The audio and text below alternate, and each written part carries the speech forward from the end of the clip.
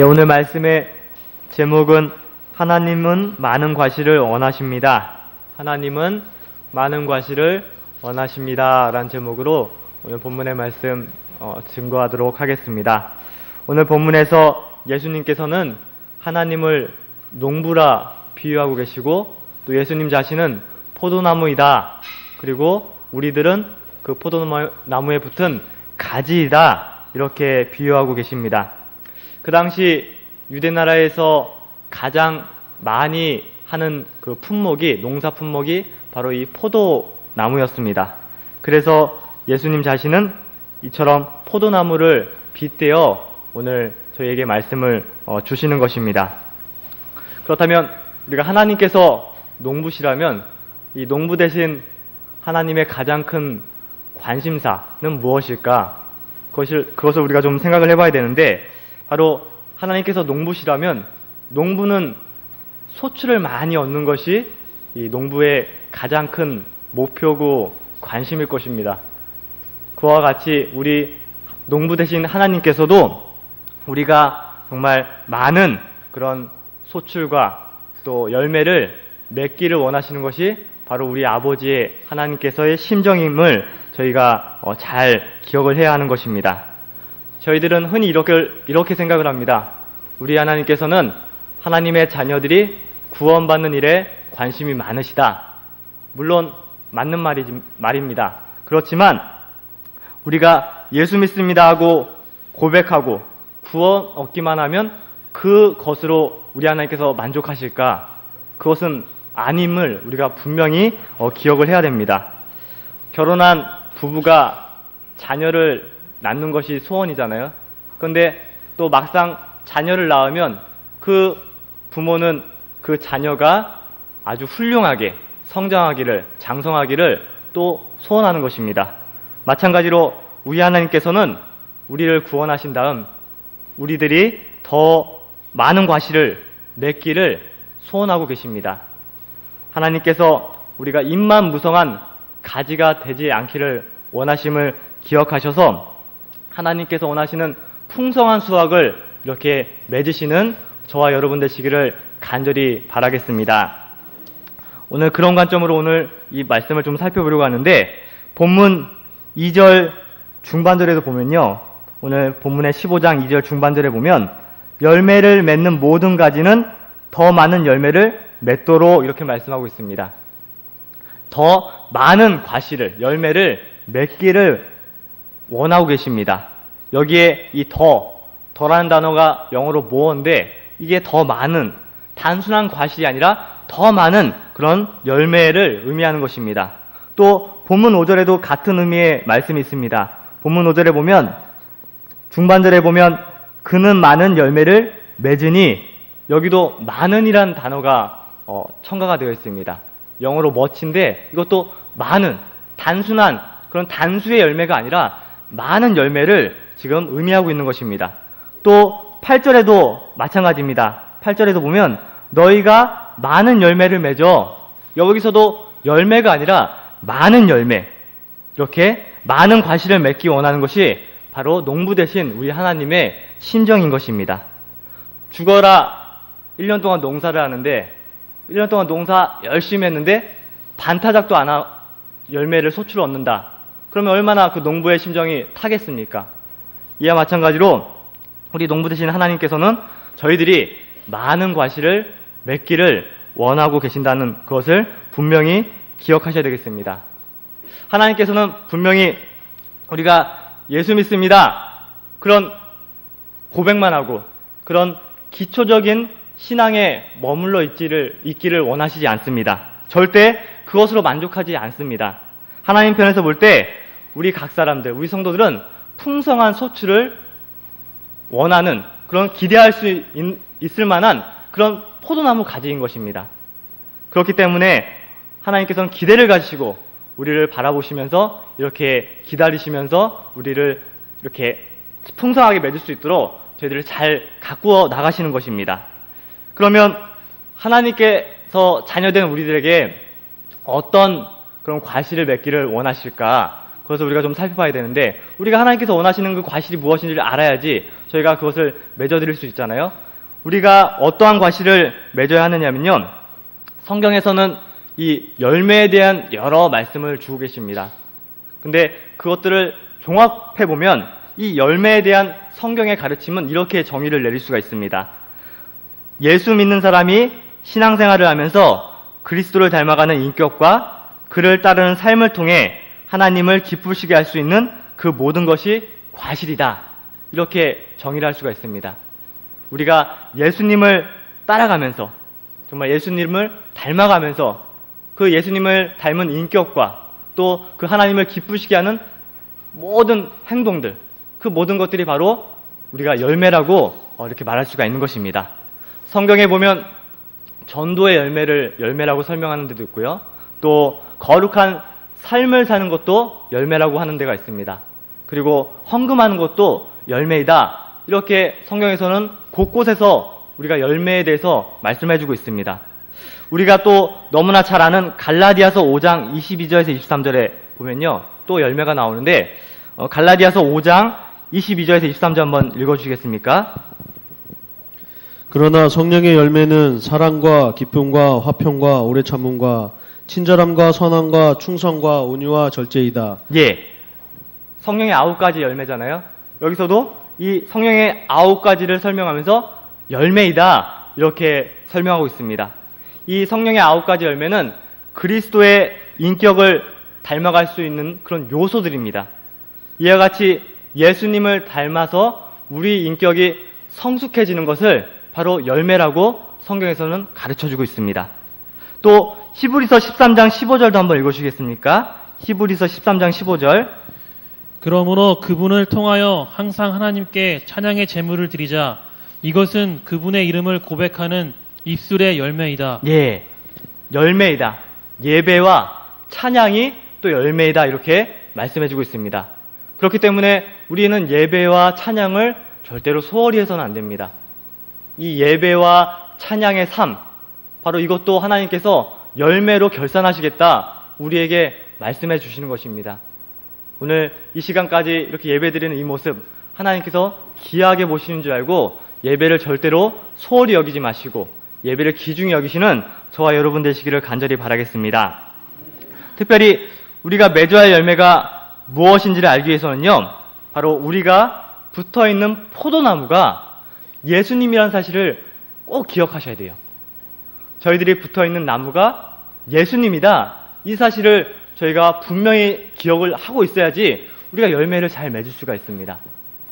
포도나무에서는 뭐가 열리죠, 여러분? 포도나무에선 포도가 열립니다. 포도나무에는 반드시 포도가 열리게 되어 있습니다. 그렇다면 오늘 본문에서 포도나무가 뭐라고 지금 예수님께서 비유하고 계시죠? 포도나무는 예수님 자신이다. 농부가 하나님이시고 포도나무는 예수 자신이다, 이렇게 설명하고 있습니다. 그렇다면 포도나무에서 반드시 포도가 열려야 하는 것처럼 그 포도나무가 예수님이라면 예수나무에선 뭐가 반드시 열려야 됩니까? 예수님이 그 열매로 맺어져야 하는 것입니다.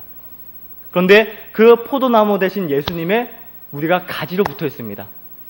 그렇기 때문에 우리는 반드시 포도나무에 포도가 열리는 것처럼 저희들은 예수님 나무에 붙어 있는 가지이기 때문에 예수 열매를 맺어야 하는 것입니다. 이런 의미에서 우리가 반드시 맺어야 할 과실이란 열매란 한마디로 이 예수님을 닮는 것이라고 우리가 말할 수 있는 겁니다. 포도나무가 포도를 맺는 것 같이 예수나무에서 예수를 맺어야 하는 것이 우리의 본분인 것입니다. 이 본문 8절에서도 그 사실을 확증해주고 있어요. 본문 8절 한번 읽어주시겠습니까? 요한복음 15장 8절. 너희가 많은 열매를 맺어 내 제자가 되면 이것으로 내 아버지께 영광을 받으실 것이다. 예, 여기서 많은 열매를 맺으면 내 제자가 된다. 열매를 맺으면 제자가 된다고 말씀하고 있습니다. 예수님의 제자가 된다는 말이 무엇일까? 예수님을 닮은 사람이 된다는 거잖아요. 그런데 여기 15장 8절 말씀을 종합해보면 열매를 많이 맺어야지만 예수님의 제자이다, 이렇게 말할 수 있는 것입니다. 반대로 우리가 열매를 맺지 못하면, 예수 열매를 맺지 못하면 예수님의 제자가 되지도 못하고, 또 여기 보면 예수님께 영광을 돌릴 수도 없다, 이렇게 말씀하고 있는 것입니다.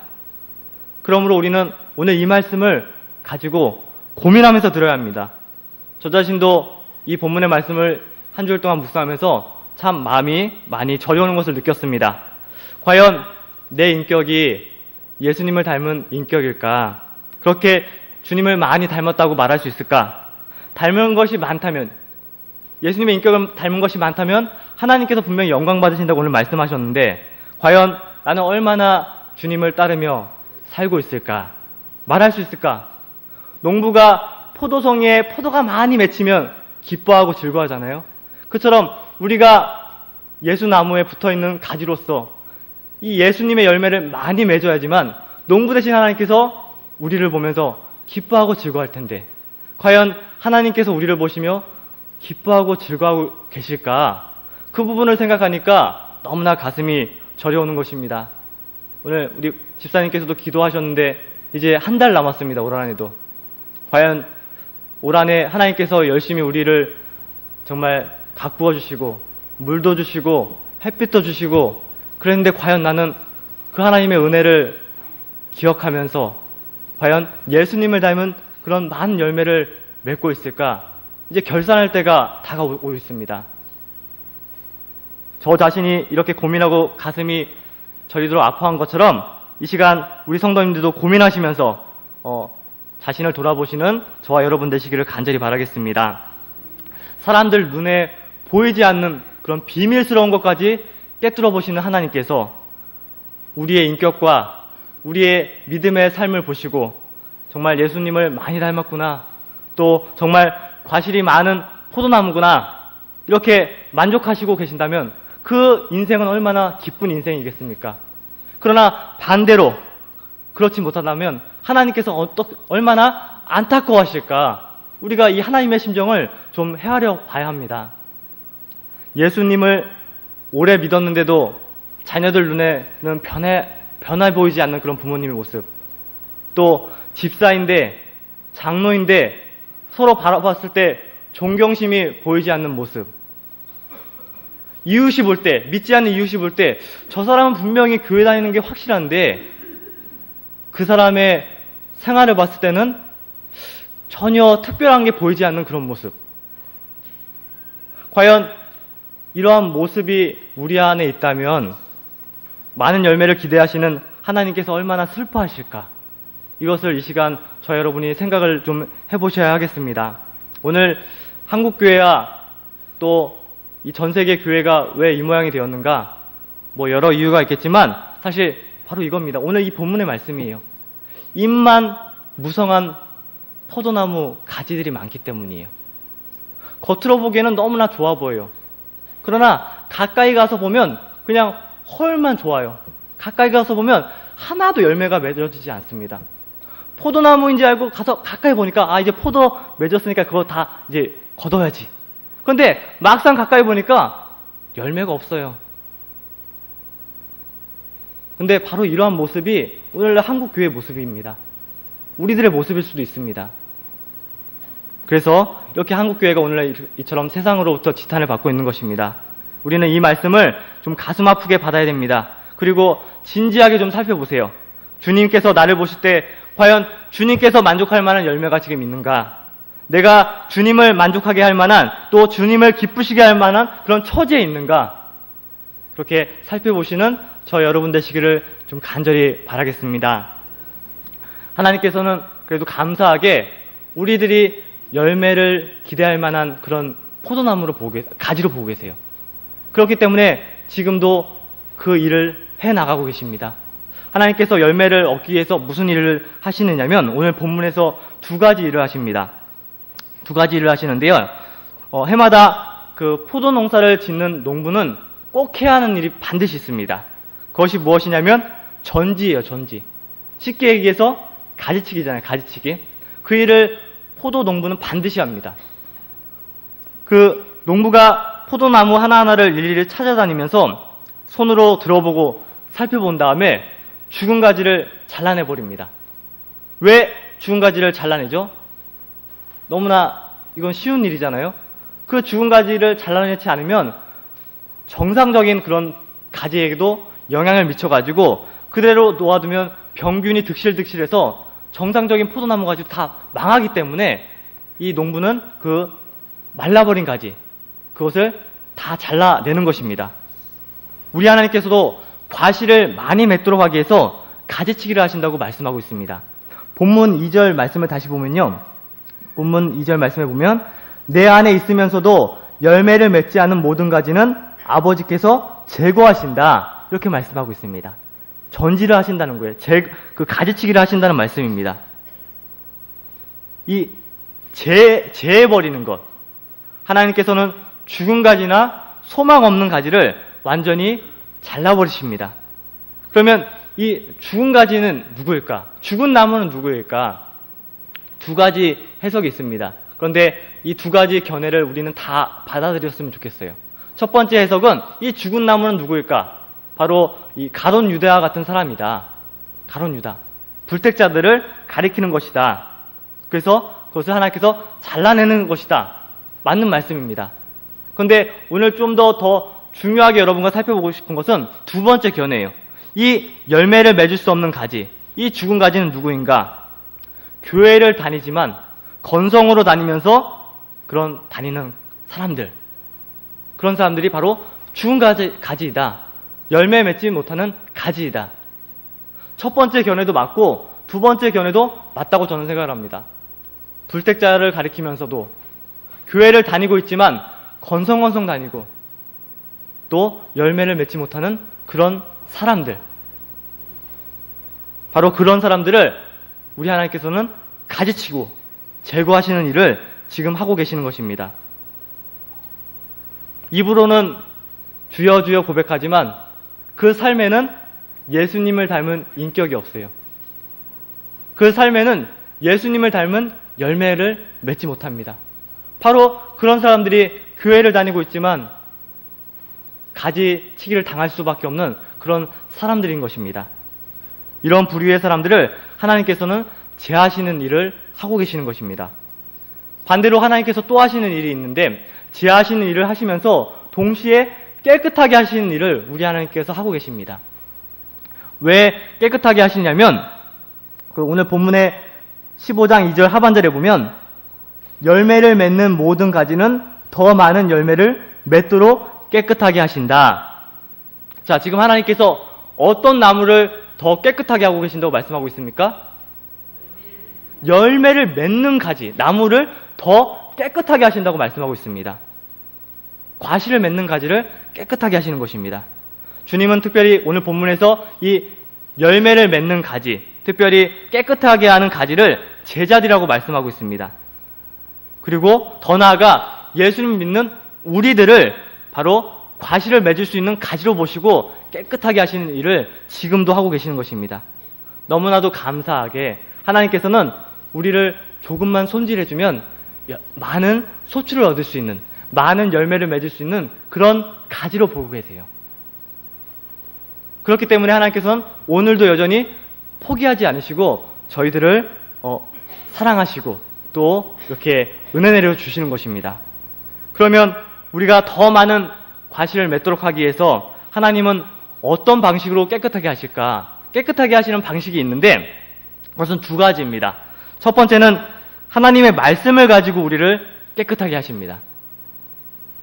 열매를 맺을 수 있는 그 가지를 보시면서 기대하시면서 그 가지가 열매를 많이 맺을 수 있도록 말씀을 가지시고 우리를 깨끗하게 하시는 것입니다. 저희들 모두 복음을 듣고 의롭다함을 받았습니다. 바로 이것도 우리들을 깨끗하게 하는 그런 과정입니다.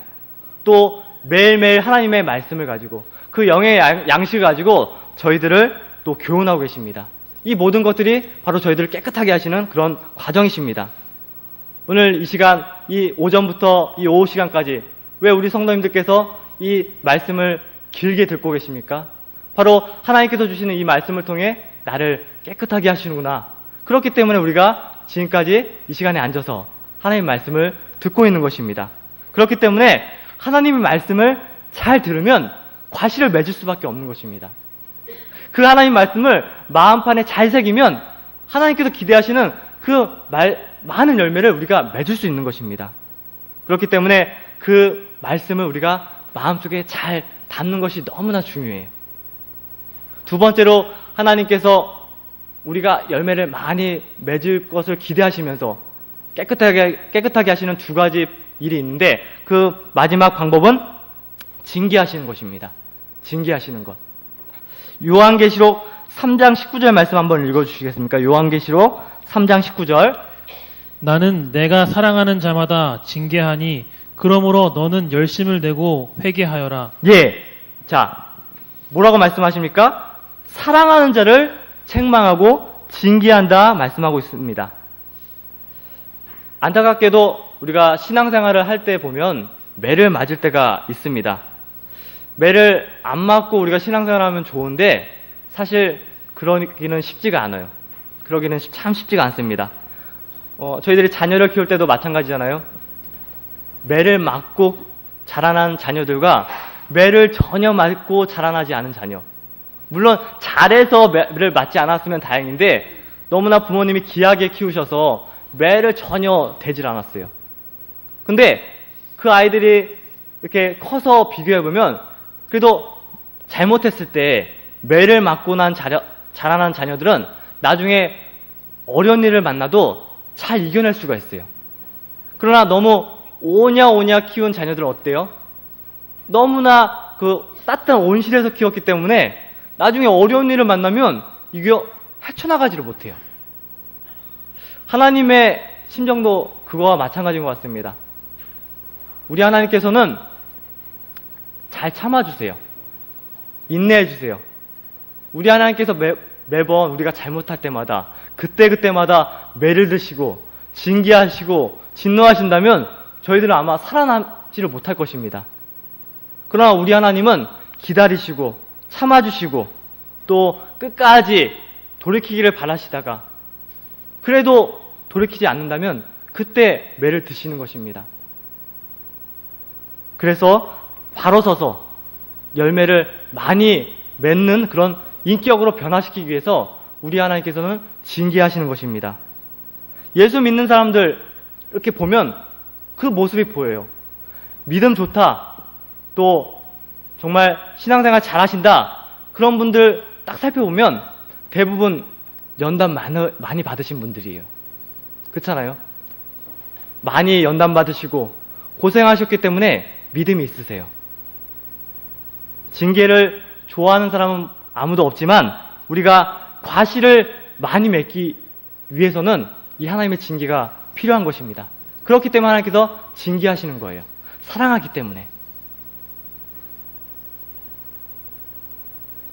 하나님께서 우리가 이렇게 이처럼 열매를 많이 맺도록 말씀을 가지시고 우리를 깨끗하게 하시고 또 때에 따라서 징계하시면서 이런 잘못된 부분들 또 열매 안 맺는 가지들을 다 이렇게 추려내 버리심으로 우리가 탐스러운 포도송이를 많이 맺는 그런 가지가 될 수 있도록 저희를 인도하시는 것을 기억하셔서 이처럼 하나님의 말씀을 마음판에 새기시고 또 이 하나님의 진노를 또 하나님의 징계를 잘 받으셔서 열매를 많이 맺는 저 여러분 되시기를 간절히 바라겠습니다. 그러므로 여러분 가운데 정말 왜 하나님께서 나를 이처럼 힘들게 하실까 그런 생각이 드시는 분이 있다면 조용히 가셔서 이 말씀을 가지고 좀 묵상하셨으면 좋겠습니다. 그러면 하나님께서 나도 좋고 너도 좋으려고 한다, 이런 하나님의 음성을 분명히 들으실 수 있으세요. 하나님만 좋으려고 하는 게 아닙니다. 우리도 좋게 하기 위해서 하나님께서 이처럼 하나님 말씀을 가지시고 또 하나님의 매를 드시고 우리가 열매 많이 맺게 해서 하나님 제자가 되게 해서 하나님께서 영광 받으시려고 이러한 방법들을 쓰심을 우리가 영의 눈으로 바라보셔서 참으로 이 모든 섭리를 잘 바라보시고 또 인내하시는 저와 여러분 되시기를 간절히 바라겠습니다. 한 가지 놀라운 것은요, 오늘 말씀에서 그렇게 하나님께서 많은 과실을 요구하시면서도 우리 보고 과실을 맺어라 이렇게 명령하지 않으십니다. 오늘 요한복음 15장을 쭉 한번 읽어보세요. 쭉 한번 읽어보면 너 과실을 많이 맺어라 하는 명령이 한 군데도 없습니다. 오히려 과실을 자연스럽게 맺는 것이다. 이렇게 설명하고 계세요. 한번 말씀을 보겠습니다. 본문 4절 보세요. 본문 4절. 내 안에 거하여라. 나도 너희 안에 거하겠다. 가지가 포도나무에 붙어있지 않으면 스스로 열매를 맺을 수 없는 것 같이 너희도 내 안에 거하지 않으면 열매를 맺지 못할 것이다. 자, 우리가 많은 열매를 맺기를 원하시는데 명령하신 데는 한 군데도 없어요. 오히려 저절로 열매를 맺을 수 있다 말씀하고 있어요. 4절에도 그런 말씀이잖아요. 가지는 가지 스스로 열매를 맺지 못합니다. 가지가 할 수 있는 것은 유일하게 어떤 거예요? 나무에 딱 붙어 있는 것입니다. 나무에 붙어 있으면 그러면 가지를 맺을 수 있는 거예요. 나무가 흙으로부터 영양분을 올려보내고 물로부터 그렇게 수분을 올려주고 그러면 가지가 그것을 공급받아가지고 열매를 맺을 수 있는 것입니다. 가지는 스스로 열매를 맺을 수 없습니다. 이처럼 우리도 마찬가지입니다. 우리가 열매를 맺으려면, 과실을 맺으려면 우리가 몸부림친다고 할 수 있는 것이 아닙니다. 우리가 할 일은 딱 하나예요. 딱 하나.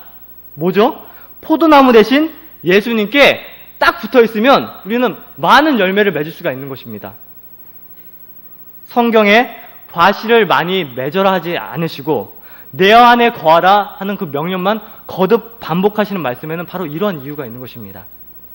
본문 1절부터 10절을 쭉 읽어보면요. 내 안에 거하라 그것이 무려 10번이나 반복돼요. 10번. 그만큼 이것이 중요하기 때문에 거듭 강조하고 계시는 것입니다. 4절이 가장 대표적인 말씀이에요. 4절. 우리가 읽은 이 말씀이. 우리 한번 다 같이 읽어보겠습니다. 4절. 한번 스크린에 띄워주세요. 4절. 자, 시작. 내 안에 거하여라. 나도 너희 안에 거하겠다.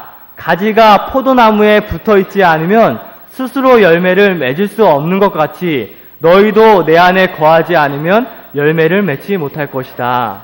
아멘. 자, 이 말씀을 반대로 읽어보세요. 반대로. 제가 한번 반대로 읽어보겠습니다. 가지가 포도나무에 붙어있으면 열매를 많이 맺을 수 있고 너희도 내 안에 뭐하면요? 거하면 열매를 많이 맺을 것이다. 그 말씀이잖아요. 반대로 읽으면. 우리가 해야 할 일은 딱 하나예요. 딱 예수님께 붙어있으면 저희는 하나님께서 원하시는 그 많은 열매를 자연스럽게 맺을 수 있는 것입니다. 그런데 저희가 열매를 맺지 못하는 이유, 예수님께 딱 붙어있지 않기 때문이에요. 그러므로 우리는 반드시 예수님 안에 거하시는 저와 여러분 되시기를 간절히 바라겠습니다. 물론 예수님이 내 안에 거하는 것은 하나님의 특별 은총으로 되는 것입니다. 우리가 예수님 믿습니다. 정말로 주를 고백하면 예수님이 내 안에 거하세요. 그것은 특별 은총으로 되는 것입니다. 하지만 내가 예수님 안에 거하는 것, 이것은 우리가 노력해야 돼요. 노력해야 됩니다. 아주 특별한 노력이 필요합니다. 반문하실 수 있어요. 예수 믿는 사람은 자동적으로 예수님 안에 있지 않습니까? 물론 옳은 말이에요. 그러나 구원자와 구원받은 사람의 관계 안에서는 우리 모두 예수님 안에 있다고 말할 수 있어요. 구원자와 구원받은 그런 관계에서 우리 예수님 안에 있죠. 구원받았기 때문에. 하지만 이것을 어떻게 설명을 드리냐면 우리가 자녀를 낳으면 호적에 올리잖아요. 그러면 누구누구는 내 아들이다, 딸이다. 근데 그 관계로서는 벌써 가족이 됐어요. 호적에 올렸기 때문에. 하지만 이 아들과 딸이 또 부모들이 정말 가족인지 가족처럼 사랑하고 자녀들은 부모님께 효도하고 또 부모님들은 자녀들을 사랑해야지 그게 진짜 가족이잖아요. 호적상으로만 가족이면서 가족 아닌 것처럼 행동하는 가족들이 얼마나 많습니까? 그것은 가족이 아니에요. 이와 마찬가지로 우리가 구원자와 구원받은 관계로서는 이미 우리는 예수님 안에 있지만 정말 우리가 예수님 안에 있는 자와 같이 행동해야지 우리가 예수님 안에 있다고 말할 수 있는 것입니다. 그렇기 때문에 우리는 그 관계로서만 끝나는 것이 아니에요. 우리가 예수님 안에 거하려면 무단한 노력이 필요해요. 무단한 노력. 왜 열매를 맺지 못할까요? 우리가 예수님 안에 거하지 못하기 때문에. 그런데 그 무단한 노력을 하지 않기 때문에 우리가 열매를 맺지 못하는 것입니다. 너무나 중요한 부분입니다. 수고가 필요해요. 수고가. 노력이 필요합니다.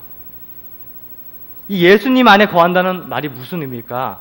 좀 추상적으로 볼 수가 있는데 이 예수님 안에 거한다는 말은 하나님의 자녀가 그리스도와 지속적인 관계를 유지하는 것이에요. 지속적인 관계. 예수님 안에 거한다는 말이 무엇이냐면요. 예수님과 우리가 지속적인 관계를 유지하는 거예요. 끊기지 않고. 이 말을 아주 잘 설명하는 성경 말씀이 있는데 요한계시록 3장 20절 말씀 한번 찾아보겠습니다. 요한계시록 3장 20절. 요한계시록 3장 20절 한번 읽어주세요. 보아라, 내가 그 문 앞에 서서 두드리니 누구든지 내 음성을 듣고 문을 열면 내가 그에게 들어가 그와 함께 먹고 그는 나와 함께 먹을 것이다. 예, 지금 예수님이 하신 말씀이 볼지어다 내가 문 밖에 서서 문을 두드리고 있다. 이 문을 열어주면 내가 들어가서 너희와 함께 식사하겠다. 지금 예수님이 어디에 서 계신 겁니까? 지금 문 안에 있습니까? 문 밖에 있습니까? 문 밖에 계신 거예요. 아직 문 안에 안 들어가셨어요. 문을 열어줘야지 예수님이 들어오셔서 같이 식사하고 교제하고 대화를 할 것인데 지금 예수님이 문 밖에 있는 것입니다. 지속적인 관계를 할 수가 없는 거예요. 아까 예수님 안에 거한다는 의미가 무엇이라고 설명을 드렸죠? 예수님과 우리가 지속적인 관계를 유지하는 것. 근데 예수님이 문 밖에 있다면, 문이 닫혀 있다면 지속적인 관계를 할 수가 없어요. 예수님 안에 거할 수가 없는 것입니다. 아주 예수님과 우리가 불편한 관계가 되는 것입니다. 그러므로 이렇게 말씀드릴 수가 있어요. 예수님 안에 거하지 않는 삶이란 예수님을 마음 문 밖에 세워놓고 사는 삶이다. 그렇잖아요. 말이 되잖아요. 예수님 안에 거하지 않는 삶이란 예수님을 마음 문 밖에 세워놓고 사는 삶이다. 예수님의 간섭을 받기를 원하지 않아요.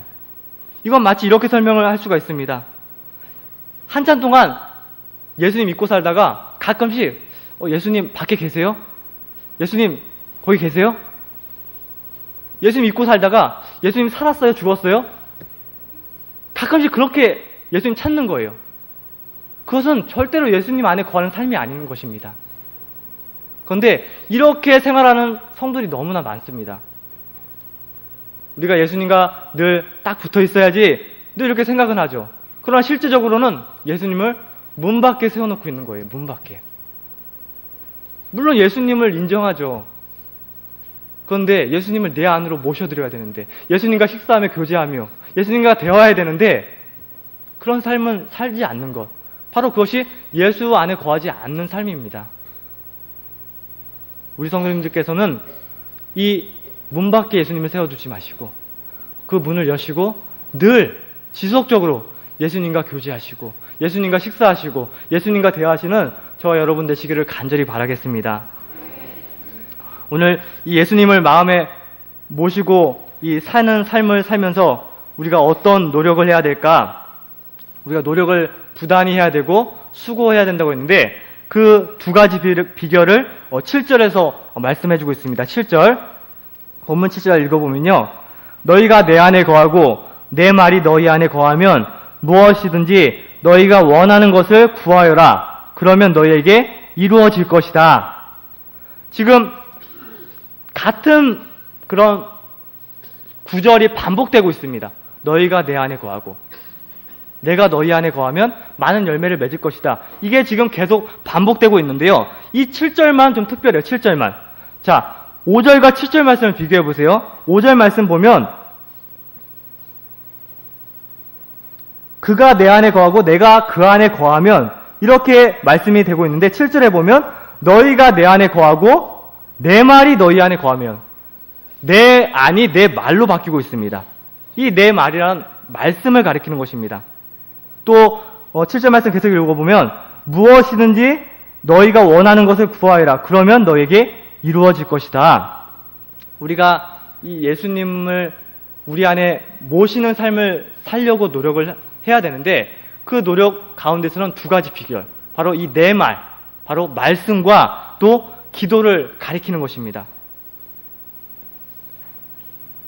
우리가 예수님을 정말 내 마음에 모시고 내가 예수님 안에 살려면 우리가 그 삶을 실현하기 위해서는 이 말씀과 기도가 너무나 필요한 것입니다. 지난주에도 강조드렸지만 이 말씀과 기도는 너무나 중요해요. 예수님은 영이세요. 따라서 우리가 아무리 내가 예수님을 모시고 산다, 그분이 내 안에 있다, 이렇게 말해도 어떻게 보면 이것은 너무나 정말 형이상적, 너무 추상적으로 들릴 때가 많아요. 정말 예수님이 내 안에, 내가 예수님 안에 사는 것을 우리가 증거해줘야 돼요. 보여주어야 돼요. 그것을 증거할 수 있는 것은 바로 이 하나님 말씀입니다. 우리가 하나님 말씀을 가까이 할 때, 그 하나님 말씀이 우리가 내 삶 가운데 나타날 때 바로 예수님이 내 안에, 내가 예수님 안에 산다고 우리가 증거할 수 있는 것입니다. 시냇가에 나무가 박혀 있으면 그 소출이 얼마나 많이 맺어집니까? 그와 마찬가지로 이 하나님 말씀에 우리가 푹 잠겨서 그 하나님 말씀대로 우리가 살면 이처럼 많은 열매를 맺게 될 수 있는 것입니다. 그것이 바로 가지가 나무에 붙어있는 삶이라고 말할 수 있는 것입니다. 그 독일의 신학자인 회퍼가 이런 말을 했는데요. 성경에 기록된 말씀들은 언제나 당신의 가슴에 울려야 하고 당신의 생활 속에 날마다 살아 움직여야 합니다. 당신이 무척이나 사랑하는 자가 있으면 그의 말을 잊을 수 있겠습니까? 사랑하는 자의 말은 따지고 분석해서 받아들이는 것이 아닙니다. 마찬가지로 당신도 주님을 사랑한다면 그의 말씀을 마음에 담고 살아야 합니다. 예, 이 성경 말씀은 언제나 우리 가운데 살아 역사해야 됩니다. 이 영혼의 말씀이 우리를 살찌어야 하는 것입니다. 그 영의 양식이 우리를 튼튼하게 세워줄 것입니다. 가만히 있어도 우리가 그 하나님 말씀을 우리가 붙잡고 산다면 우리의 인격과 삶이 저절로 열매를 맺히게 되는 것입니다. 이 말씀이 늘 여러분 곁에 있기를 간절히 바라겠습니다. 또 하나 우리가 예수님 안에 거하는 삶을 살기 위해서는 말씀을 묵상하는 것과 동시에 이 기도가 필요합니다. 기도. 오늘 본문 7절이 참 재미있는데 이 너희가 내 안에 거하고 내 말이 너희 안에 거하면 그 다음에 무엇을 하라고 하면 기도하라고 말씀하고 있어요. 말씀대로 살고 말씀을 묵상하면 주님 안에 거하면 무엇을 하라고 하느냐고 말씀하고 있냐면 기도하라 이렇게 얘기하고 있습니다.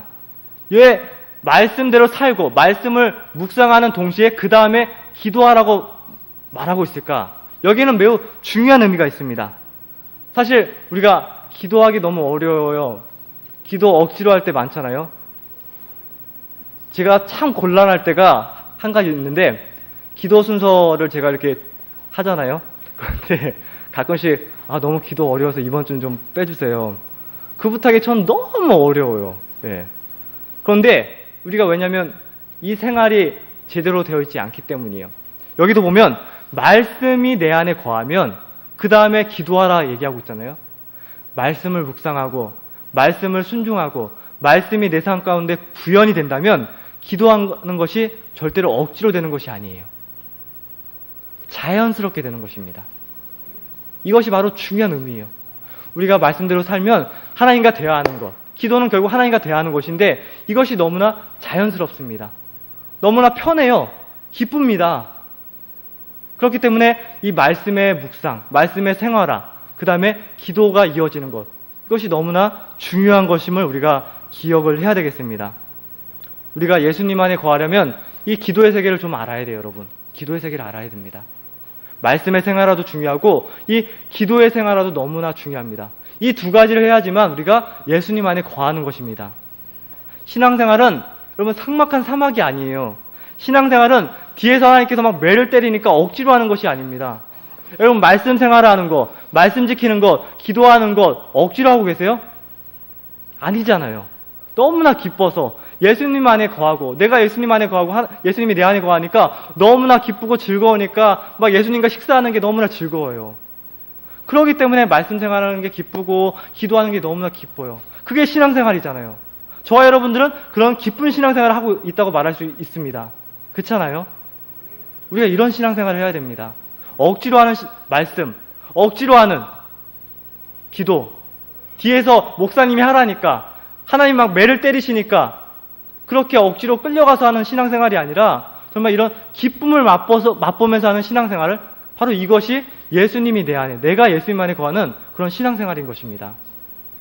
저와 여러분들은 반드시 이런 신앙생활 하기를 간절히 바라겠습니다. 아이작 뉴턴, 과학자.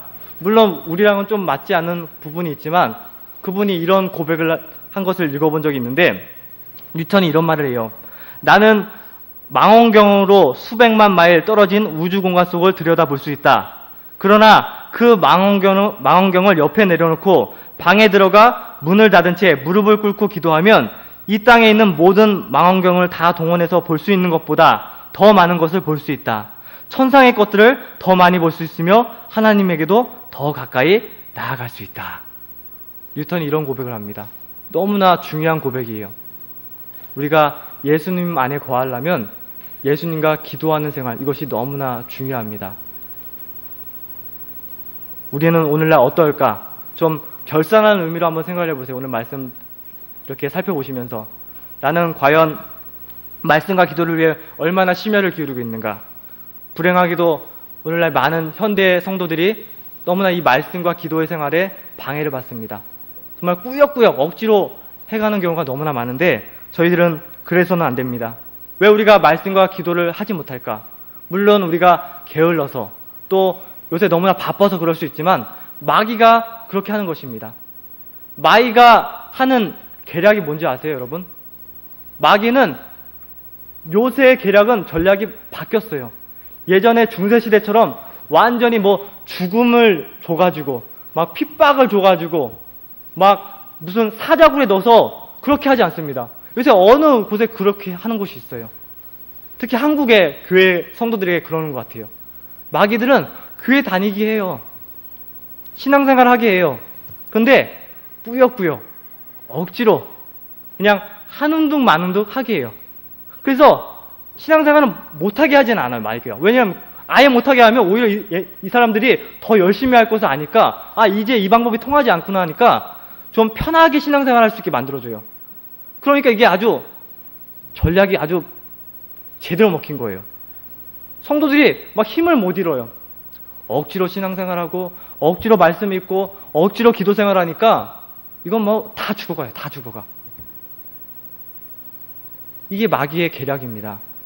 우리가 그것을 오늘 말씀을 통해서 깨달았으니까 내가 지금 현재 정말 올 한해 신앙생활을 돌아보면서 말씀생활 정말 꾸역꾸역 했고 기도생활 정말 억지로 했다면 회개하시고 이제는 정말 이 예수님이 내 안에 거하고 내가 예수님 안에 거해야 되는데 이 말씀생활, 기도생활 정말 이제는 다시금 회복해서 정말 다시금 변화되는 예수님의 인격을 닮아가는 우리가 되어야 되겠다. 이런 각오를 가지시고 신앙생활 하시는 저와 여러분 되기를 간절히 바라겠습니다. 오늘 이 많은 열매를 바라시는 우리 농부 되신 하나님 아버지 심정을 좀 우리가 살펴보았습니다. 우리가 열매를 많이 맺는 것, 우리가 물론 노력을 해야 되지만 그 노력으로는 너무나 부족해요. 우리가 너무나 부족한 가운데 있잖아요. 그렇지만 분명히 방법을 가르쳐 주셨어요. 어떻게 하면 된다고 했죠? 예수님에게 딱 붙어 있으면 됩니다. 예수님에게 딱 붙어 있으면 우리가 이 많은 열매를 맺을 수가 있습니다. 예수님의 인격을 닮아갈 수가 있습니다. 예수님의 제자가 될 수가 있습니다. 어떻게 하면요? 예수님에게 딱 붙어 있으면 됩니다. 그러면 우리가 아무리 어려운 고난이 와도 이길 수가 있어요. 그런데 예수님에게 딱 붙어 있지 않기 때문에 이 마귀의 계략에 그냥 다 넘어가는 것입니다. 우리 성도님들은 오늘 말씀을 늘 기억하셔서 어떤 일이 있더라도 그 포도나무 가지 되시는 우리 예수님에게 끝까지 붙어 계심으로 말미암아 그 영양분을 잘 공급받으셔서 하나님께서 기뻐하시는 많은 열매가 되시고 참 제자가 되시기를 간절히 바라겠습니다. 오늘 본문 8절 한번 다 같이 읽고 말씀 마치겠습니다. 본문 8절 15장 8절 시작. 너희가 많은 열매를 맺어 내 제자가 되면 이것으로 내 아버지께서 영광을 받으실 것이다. 아멘. 많은 열매 맺는 저와 여러분 되시기를 간절히 바라겠습니다. 예, 기도하겠습니다.